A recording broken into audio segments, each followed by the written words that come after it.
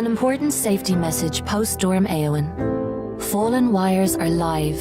Always stay safe, stay clear. For emergencies, call 1-800-372-999.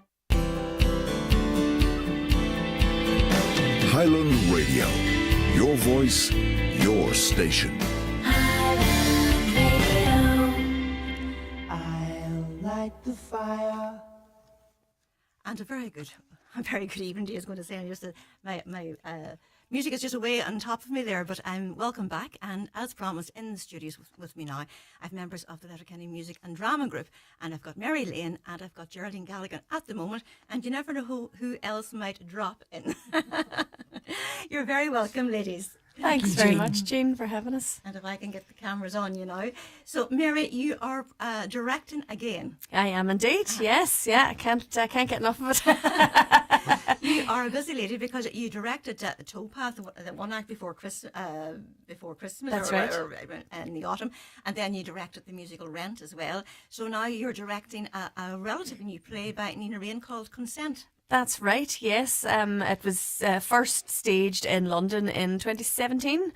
So it's fairly new. And I'm not 100% certain, but I kind of think it is the first time it's been done in Ireland. Excellent. And I suppose the word consent, it does insinuate it's about sexual consent. Am I right in that? Well, the play deals with, I suppose it's centred around a sexual assault court case. But the play does actually deal with what consent can mean in many, many aspects of life. But when I say it's set around the court case, it's not actually set in the court in the main. There's a small amount is in the court, but it is mostly set in the homes of the barristers who are involved in prosecuting and defending the case. So we're seeing a real flip side to perhaps what people might expect. They might think they're coming in to either see these things portrayed as an assault portrayed on stage, and I definitely have to say there is no violence depicted on stage. It all happens. The play is completely set after an assault has taken place, and it is within the time of the court case. Excellent. And we are joined now by another member of the cast. Come on in, as Frank Carson used to say, Laura, and sit yourself, pull up the floor and sit down. You're very welcome. So just check your levels there. Just talking into the microphone for me. Hello. Yes, grand. That's perfect. And I can see your face as well too. So we're all set to go. So we've been rehearsing all day long. So Geraldine, you are one of the cast, and as you're no stranger to On Greenan or to other productions as well. And now that you have more time in your hands, are you enjoying your part?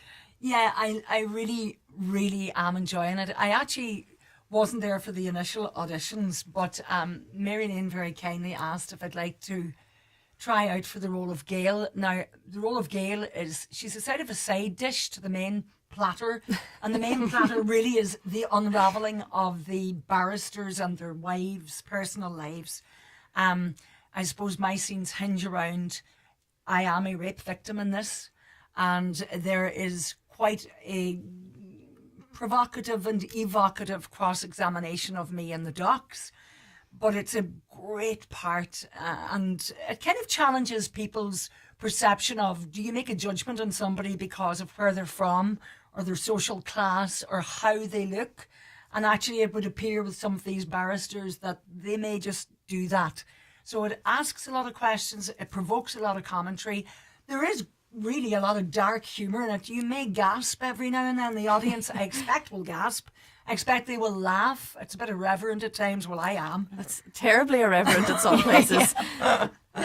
And I was just listening to your little snippet on the Greenan website or on the LMDG, and you said that there was a lot of caustic wit, and I had to actually look up what caustic wit was because it burns. I wasn't actually sure. So maybe, Mary, you could explain to the listeners what caustic wit actually is. I know now because I looked it up. But I didn't know before that. I suppose it could be interpreted in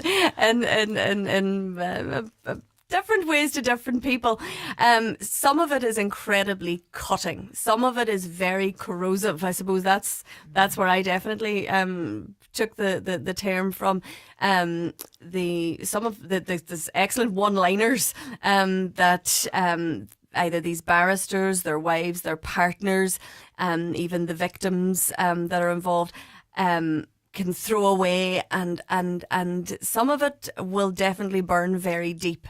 Now, some people may find some of it upsetting. I will say that, even though there is no violence depicted on stage, it is all in how it is talked about, described, either from a first hand, from the witnesses' perspective, and what they recall about their attack, but then how some of these barristers can jump to conclusions, can make judgments about the people that they're representing.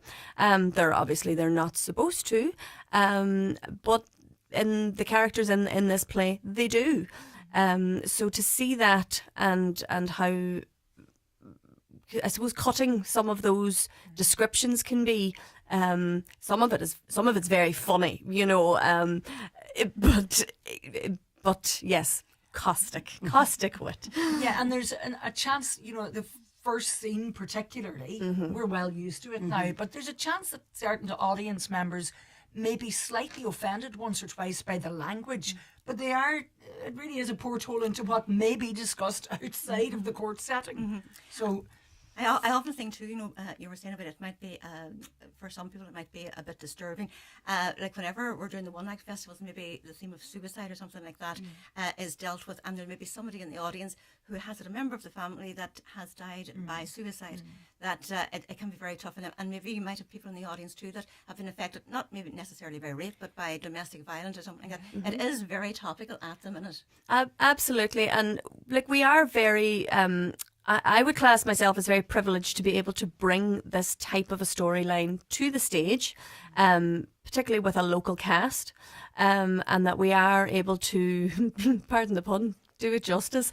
But yes, we are actually very aware that some of it could be triggering for people. Now, we have reached out to a couple of local charities. We've just to finalise some of the details about that, but we do hope to have some support that will be available at the theatre on the night, even if it's information where people can get support. So, as I said, we're finalising some of those details, but we'd love to be partnering with some local charities. And Laura, you're one of the actresses as well. What part do you play? I'm playing the part of Kitty. I'm Ed's wife. Ed is the barrister who is representing the defendant, the man who is accused of rape against Geraldine's character. So Ed, the barrister, her husband, is brilliantly dislikable. I think we're all brilliantly dislikable. Most of us are brilliantly dislikable. But like Geraldine said, you will gasp. And I think a lot of the humour, the audience are going to laugh, but they'll be shocked at themselves at what they're laughing at as well, and how it's delivered. You shouldn't, but you can't help. There's a brilliance in the writing. Nina Rain has such simplicity in language in some ways that some of it will literally wash right over you, and then you'll have to think, oh gosh, is that what she meant? Is that what did that just really come out? So it's delightfully brilliant in that way. And Kitty here beside us, Laura, played beautifully by Laura Gleeson.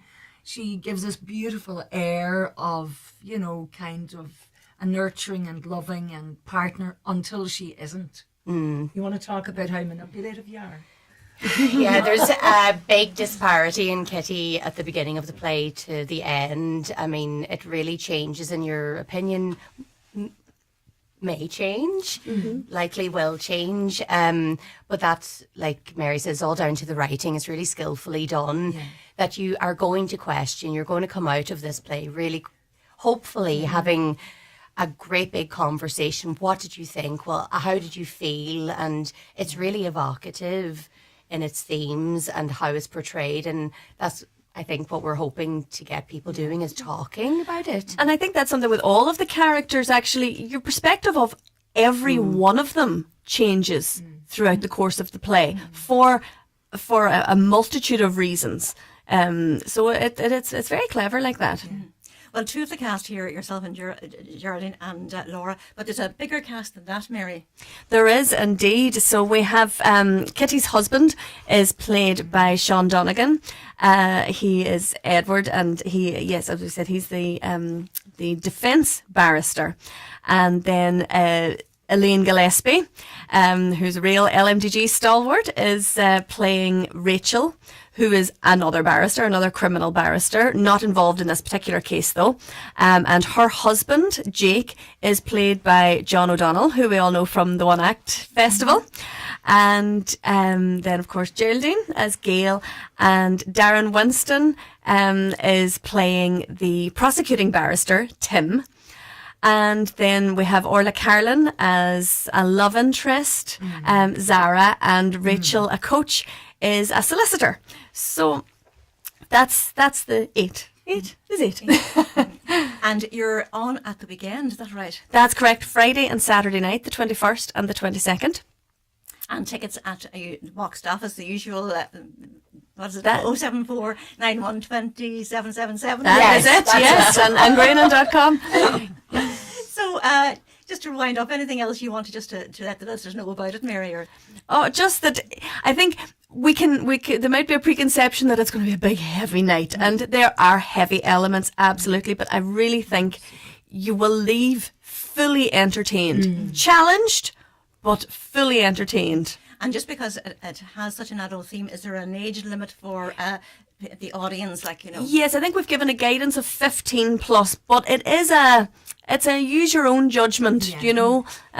Some younger people might be able to see it, and yet there could be 15, 16-year-olds who it might be challenging for them. So I think it really is a judgment call.